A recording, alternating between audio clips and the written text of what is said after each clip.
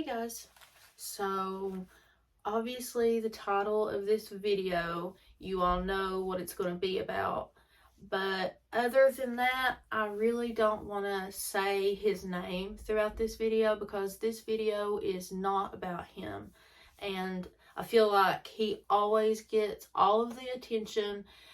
And in this video, we're just going to focus on the victims. So let's get into it. Stephen Hicks was an 18-year-old boy from Coventry Township, Ohio. Stephen had recently graduated from high school. On one late night in June of 1978, Stephen did not come home. His parents did not think much of it at first. They just assumed that he stayed out late. Unfortunately, days passed by and there were no signs of Stephen anywhere. His parents' worry only worsened as days turned into months. An offer of $2,500 was made by the parents for information leading to their son. A private investigator was also hired.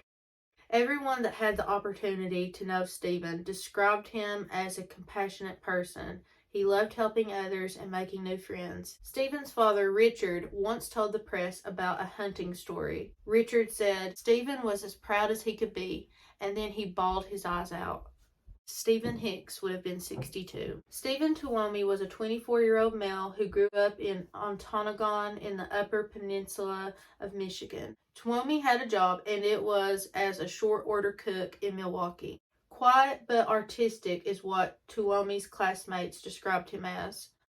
I was in art class with him, and he made a beautiful lead-stained glass lamp that I can still remember, said classmate Priscilla. It was just beautiful. I remember he could do just about anything artistic. Stephen was last seen on September 15th, 1987. Stephen Tuomi would have been 59. Jamie Doxtator, 14, was the oldest of 4 children. He was half Stockbridge and part Juanita. A few interests of Jamie's were riding his bike and playing pool. Jamie ran away from his home to escape his abusive stepfather on January 16, 1988, according to the Tampa Bay Times. Doxtator's mother, who lived in Tampa, Florida, said, "One of my son's favorite sayings from the Bible was, 'Forgive them, for they not know what they do,'" Debbie Vega said.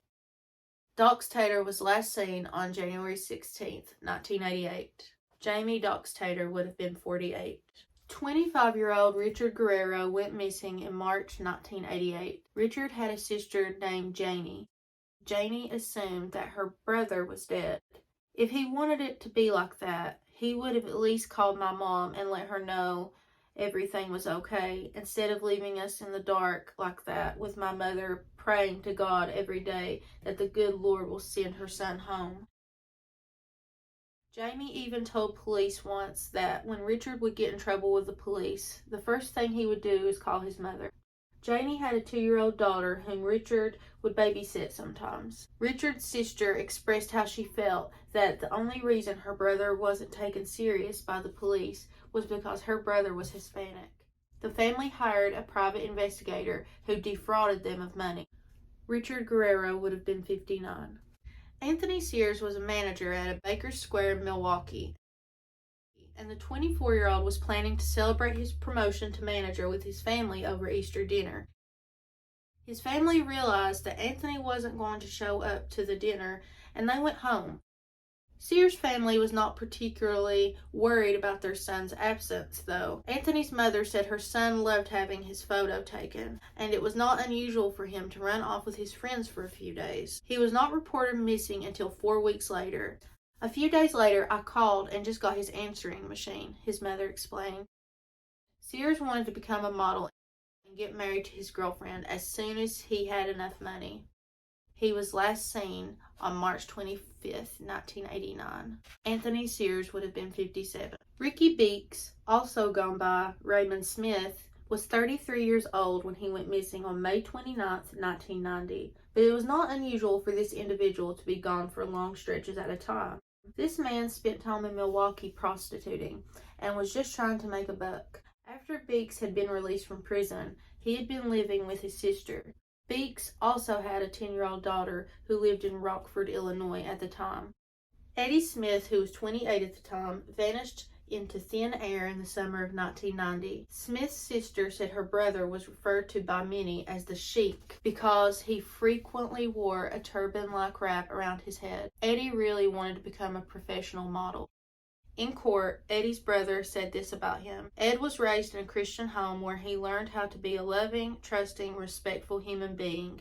He read from the perspective of Eddie's mother, Josephine Helen. Eddie inherited all the blessings that a family structure had to offer. The greatest of those blessings was love. Eddie Smith would have been 60. Ernest Miller, 24, was about to start his fall semester at an arts college in Chicago. He had hopes of becoming a professional dancer.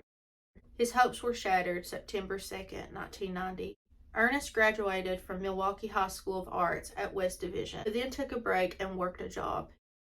He was a busboy at a hotel in downtown Chicago, but would often visit his family in Milwaukee. A very caring and loving person, said by one of Miller's relatives. Ernest Miller would have been 56.